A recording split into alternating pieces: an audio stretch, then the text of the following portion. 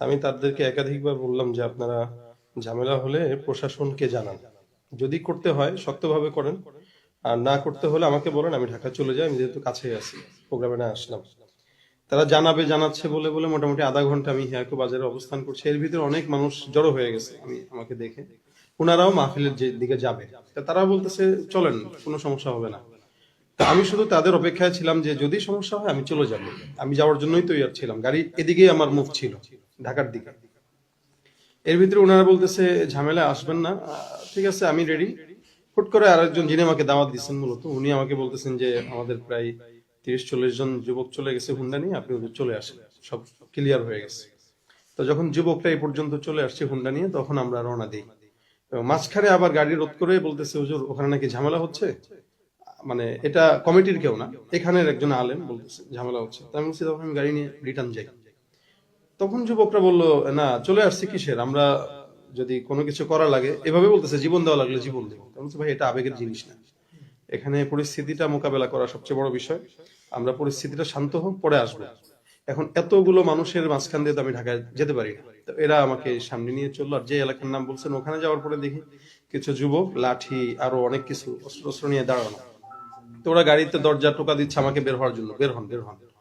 তা আমি বের হলাম, বের হওয়ার পরে একজন গাড়িতে আঘাত দিবে, আমি বললাম ভাই কেউ গাড়িতে আঘাত দিয়েন না।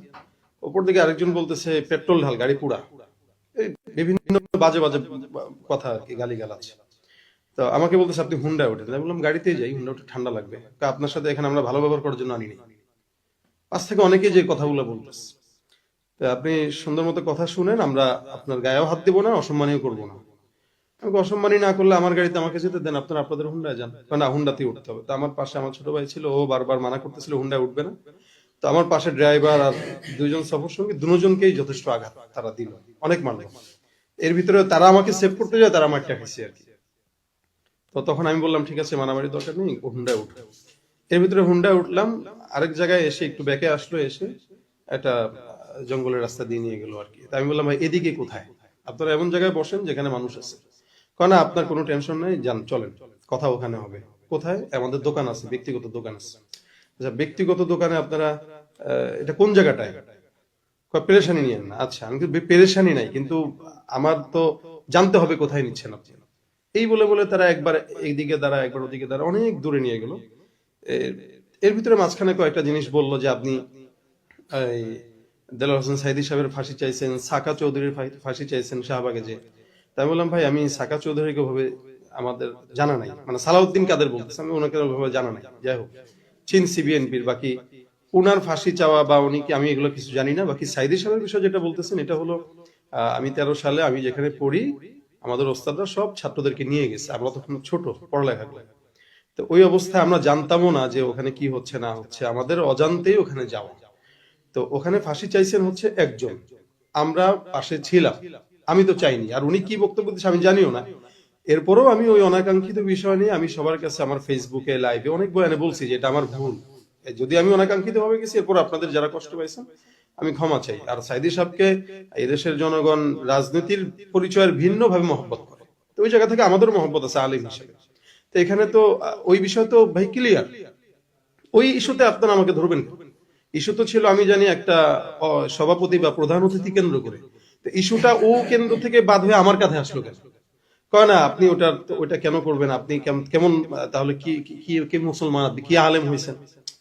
ভাই আমি তো এই বিষয়ে ক্ষমা চাইছি, আপনারা আমাকে ক্ষমা না করতে পারলে আল্লাহর কাছে কিভাবে আপনারা ক্ষমা আশা করেন?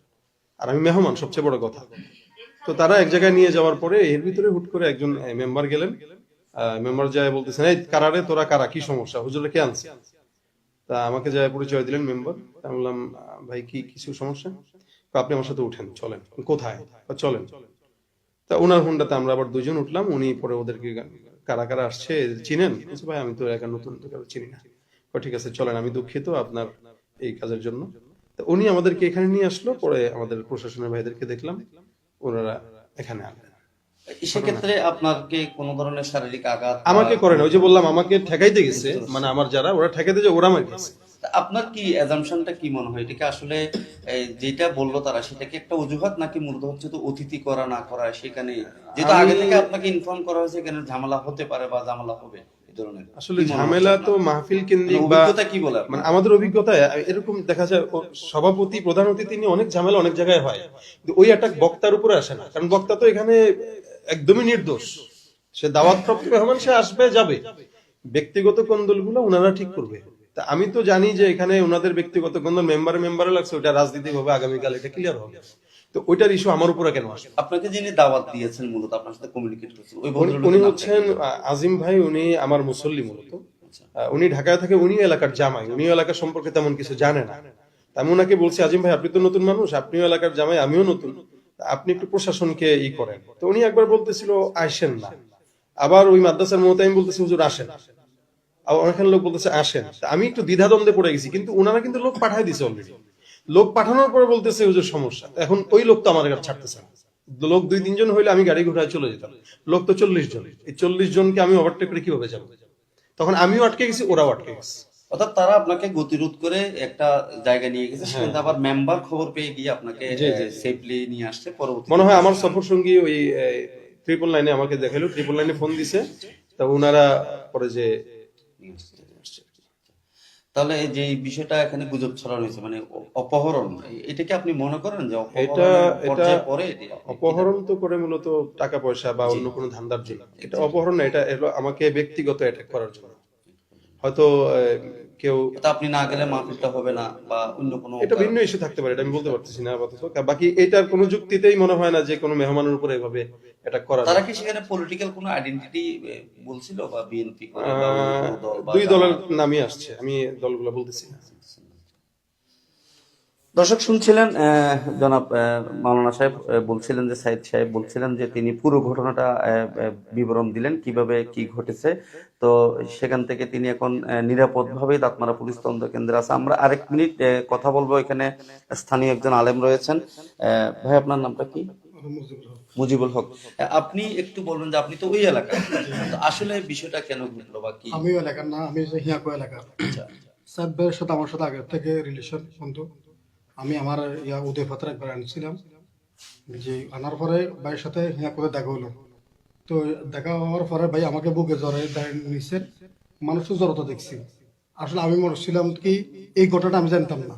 ভাই আমাকে বললো গাড়িতে উঠেন চলেন। আমি বলছি ভাই আমি মাহফিলের আন্তর্জাতিক ক্রীড়া সম্মেলনে কাজ করতেছি, তো আপনারা জানেন ইনশাল্লাহ আমি পরে। তখন কি করে আমি ওই মাহফিলে যাওয়ার জন্য, যেহেতু ভাই বলছে এতটুকু দূর থেকে যাওয়ার জন্য, মনকে বোঝাতে পারতেছি না। আমি কি করলাম, এই নাস্তা কাজ শেষ করে নাস্তা করতে গেলাম। পরোটা আনলো, পরোটা আনার সাথে আমাদের ওলামাই কেরাম এই মুহূর্তে আমাদের কেন্দ্রীয় মসজিদের মহাদেশ সাহেব, হাফেজ ইলিয়াস সাহেব, উনি আমাকে ফোন দিচ্ছেন, ভাই ভাইয়ের উপরে অ্যাটাক আসছে, আপনি আপনার হিয়াকো বাজারে ওনাকে কিছু দোষী অস্ত্র নিয়ে মোটর সাইকেল করে এরা নিয়ে গেছে। কোথায়? বারাবার ভিতরে। কোথাকার কেন্দ্রীয় মসজিদ এটা? এই আমাদের হিয়াকো কেন্দ্রীয় হিয়াকো মসজিদে। মসজিদে। জি। উনি ফোন দেওয়ার পর আমি 999 ফোন দিলাম। আমি মানে প্রশাসনকে ফোন দিচ্ছি।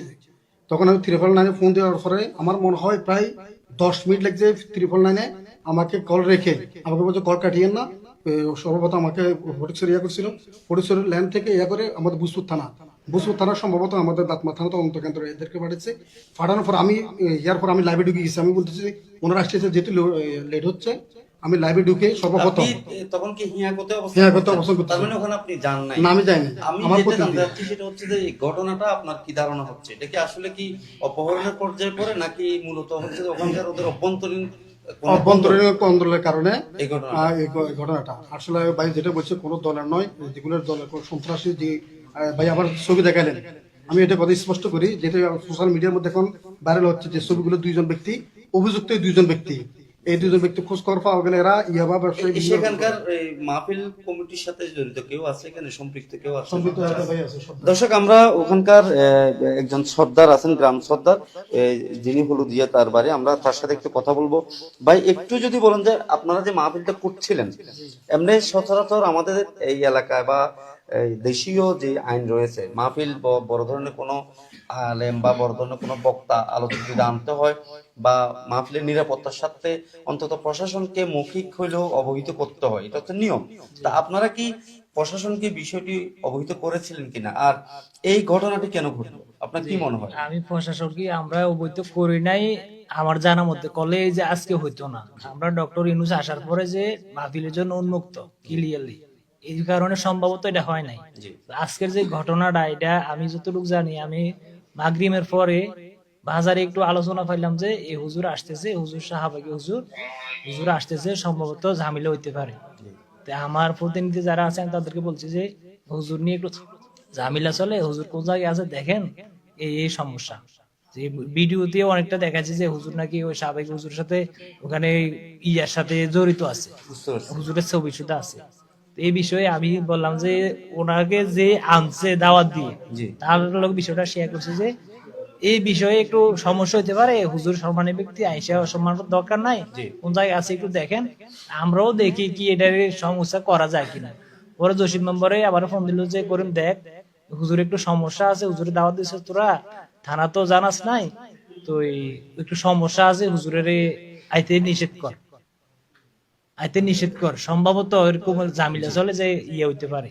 তা আমি নিষেধ করার পরে আমি বাজারে তাদের সাথে বসে দেখা সাক্ষাৎ করার পরে আবার গেছি যে হুজুরে নিষেধ করছে কিনা।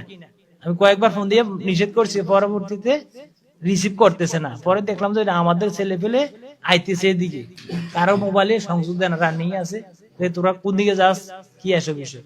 পরে আমি আবার মাদ্রাসাতে গেলাম যে হুজুর কে অফ করাছেন কিনা। এবার আজিম ভাই আবার জসিম মেম্বারের সাথে ফোনে কথা বলছে যে জসিম ভাই আপনি একটু দেখেন, হুজুর আসছে কিন্তু খেয়া কিন্তু চলে আসছে, অপেক্ষায় আছে, এখন আপনি যদি একটু বলেন। এর মাঝামাঝি আমি আর এখান থেকে আয়া পড়ছি, কথা অবস্থায় আমি পারি আয়া পড়ছি। আসার পরে কিছুক্ষণ পরে শুনলাম যে কি হুজুরকে অ্যাটাক করছে। এই কথা শুনে মোটরসাইকেল নিয়ে সামিদ আলী মাহমুদের নাম শুনে আসছি, দেখি যে নাই। তাকিয়ে বাজার আসছে, অনেকক্ষণ ছিলাম, নাই, হুজুর গুলো ভিতরে নিয়ে গেছে।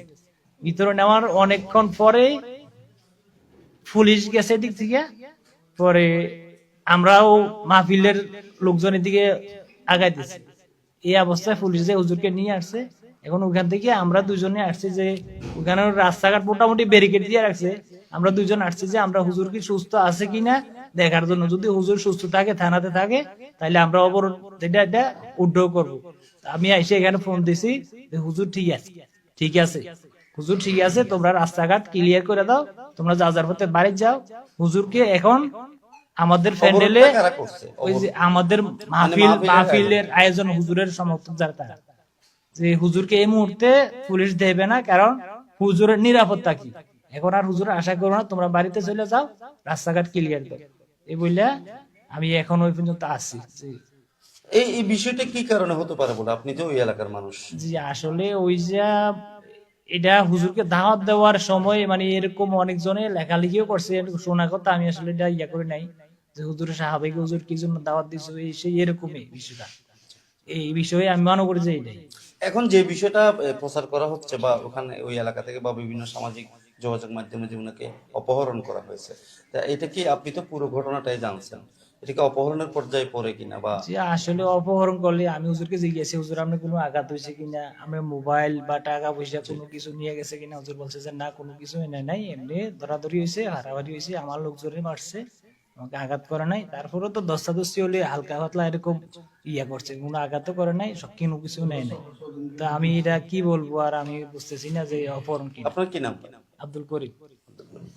দর্শক শুনছিলেন, ওখানকার গ্রাম সর্দার আব্দুল করিম বলছিলেন যে পুরো ঘটনাটি এখানে এই মূলত যে ঘটনাটি আসলে ঘটেছে সেটিকে অনেকটা হুজুরকে অপহরণ করা হয়েছে বলে প্রচার করা হয়েছে, কিন্তু সাথে সাথেই যে ঘটনাটি ঘটেছে উনার গতিরোধ করা হয়েছে যাতে মাহফিলে যেতে না পারে।